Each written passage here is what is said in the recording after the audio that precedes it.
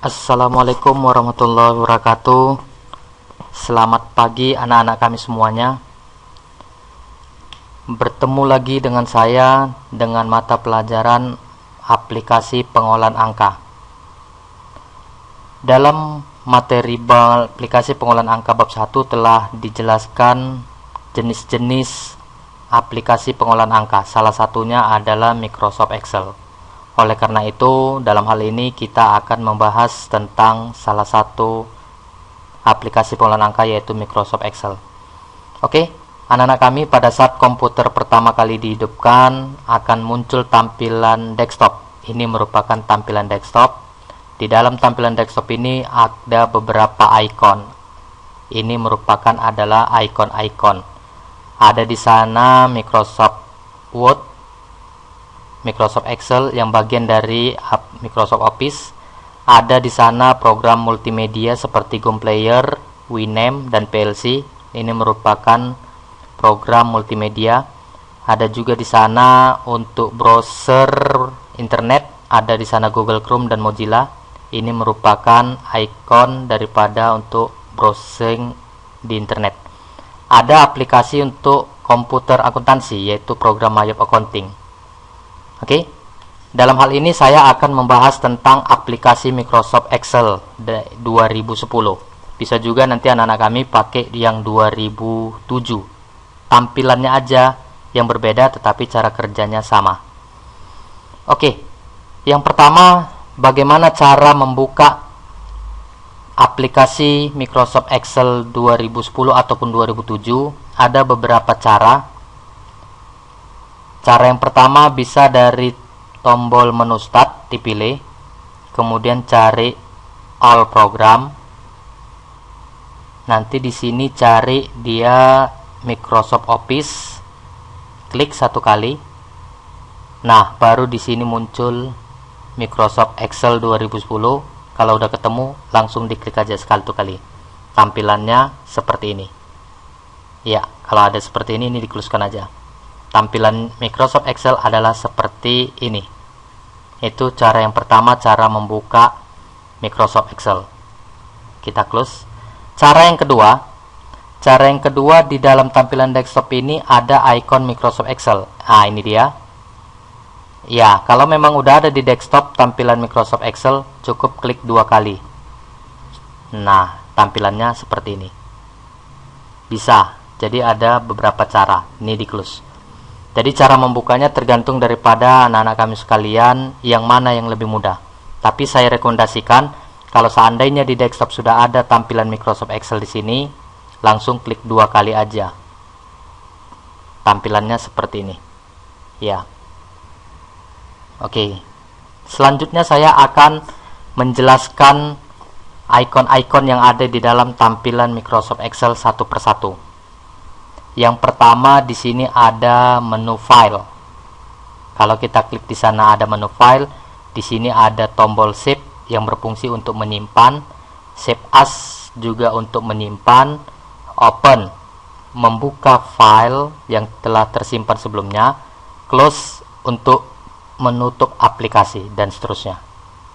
Oke. Selanjutnya di sini ada Microsoft Excel 2010, Microsoft Excel. Ini adalah title bar.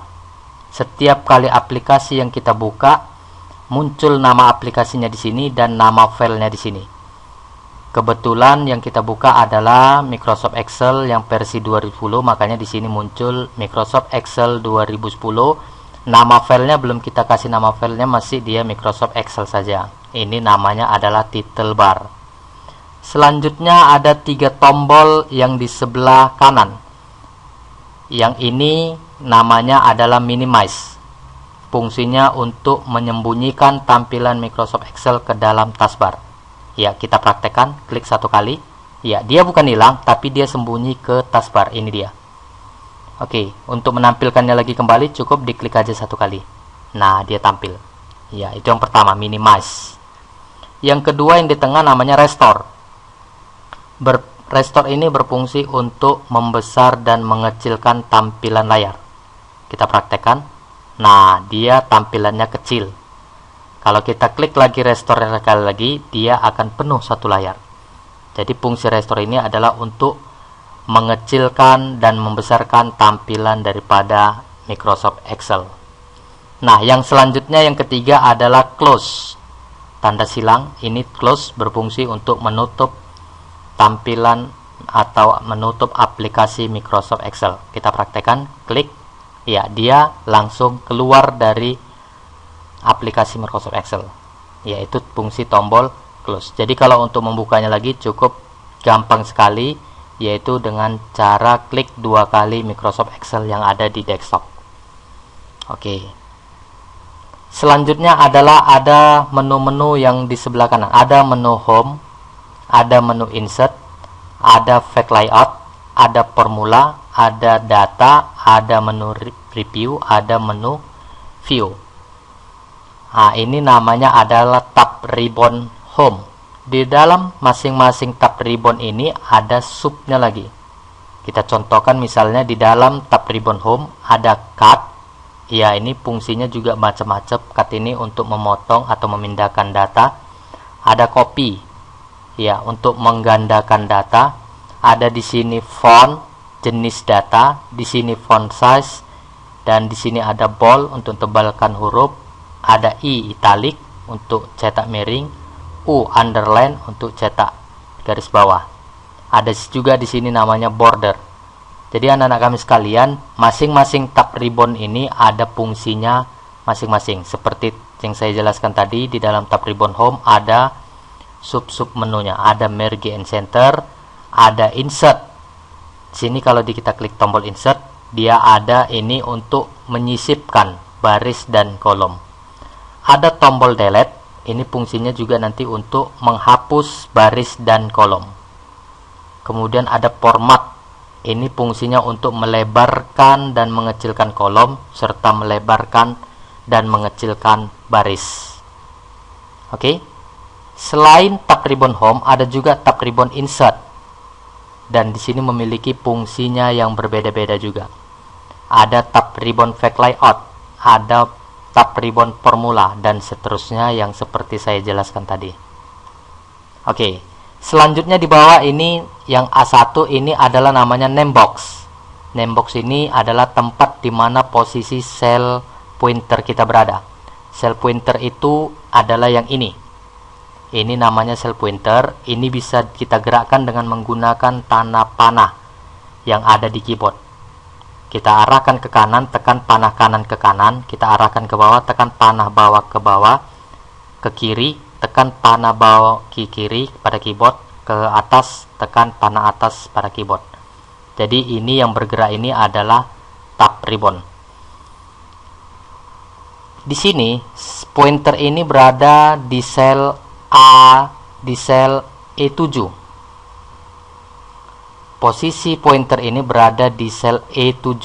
Ini berada E7 ini adalah berada di name box.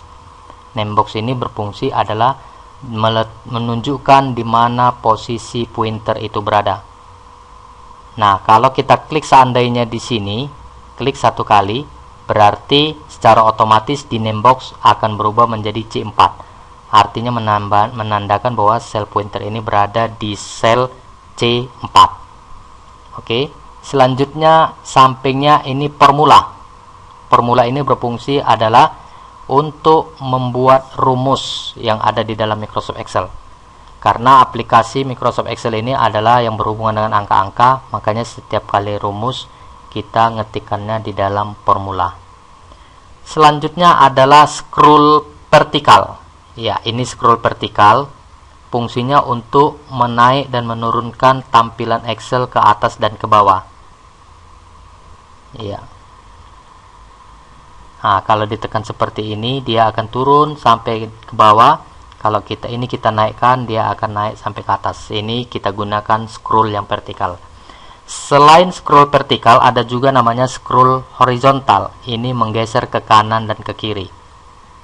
Nah, ini. Oke. Ya, ke kanan dan ke kiri. Oke, selanjutnya tampilan ini ada di sini terdiri dari yang biasanya secara normal. Begitu Microsoft Excel dibuka, yang sheet yang tampil di sini cuma 3. Sheet 1, sheet 2, dan sheet 3. Oke, di dalam sheet ini bisa kita tambahin, bisa kita kurangin, bisa kita ganti nama-nama sheetnya. Oke, inilah dia. Masing-masing sheet memiliki lembar kerja yang sama daripada sheet 1, 2, dan 3. Oke, selanjutnya adalah sel. Yang namanya sel itu adalah ini. Sel itu merupakan perpotongan antara baris dan kolom. Kalau saya letakkan pointer saya di sini, ini merupakan sel. Yang saya kasih warna ini adalah sel. Berarti ini sel A2. Sel A2. Berarti kalau saya letak di sini, ini merupakan sel C4. Oke, itu namanya sel. Selanjutnya ini namanya adalah ring, kumpulan dari beberapa sel. Ini berarti ringnya adalah dimulai dari kolom C sampai C baris keempat sampai kolom E baris ke-8. Berarti ring ini adalah kumpulan dari ring C4 sampai E8. Itu namanya ring. Saya beri warna juga yang berbeda. Ya, jadi yang warna merah ini namanya sel A2 karena posisi pointer itu berada di kolom A baris kedua. Sementara yang warna kuning ini merupakan ring.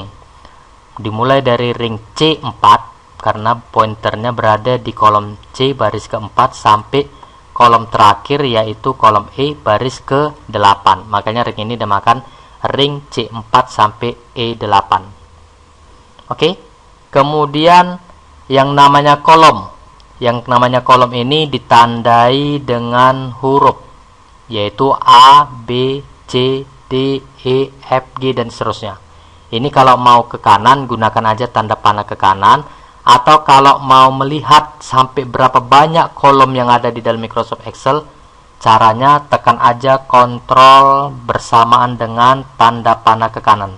Nanti secara otomatis pointernya akan berpindah ke kolom XFD. Jadi segitulah banyak jumlah kolom yang ada di dalam Microsoft Excel.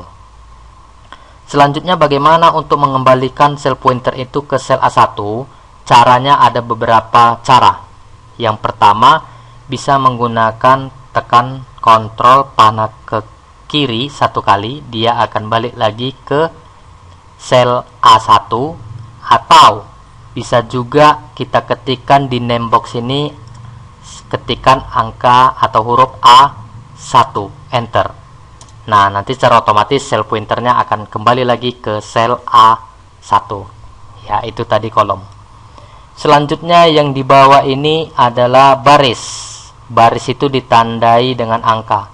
Angka 1, 2, 3, 4, 5, 6, dan seterusnya. Jadi kalau untuk mau melihat berapa banyak jumlah baris yang ada di dalam Microsoft Excel, caranya tekan aja kontrol panah ke bawah. Nah, jadi sel pointernya berada di baris 1.048.576 baris. Jadi kalau dengan menggunakan tanda panah 1111 mungkin memakan waktu yang cukup lama. Jadi supaya cepatnya tekan kontrol bersamaan dengan panah atas biar dia berada di kembali lagi ke sel A1. Oke, mungkin sekian dulu penjelasan tentang bagaimana fitur-fitur ataupun ikon-ikon yang ada tampilan di dalam Microsoft Excel yang berada di materi kita bab 1. Oke, mudah-mudahan dapat dipahamin dan dapat bermanfaat bagi kita semua. Sekian dan terima kasih.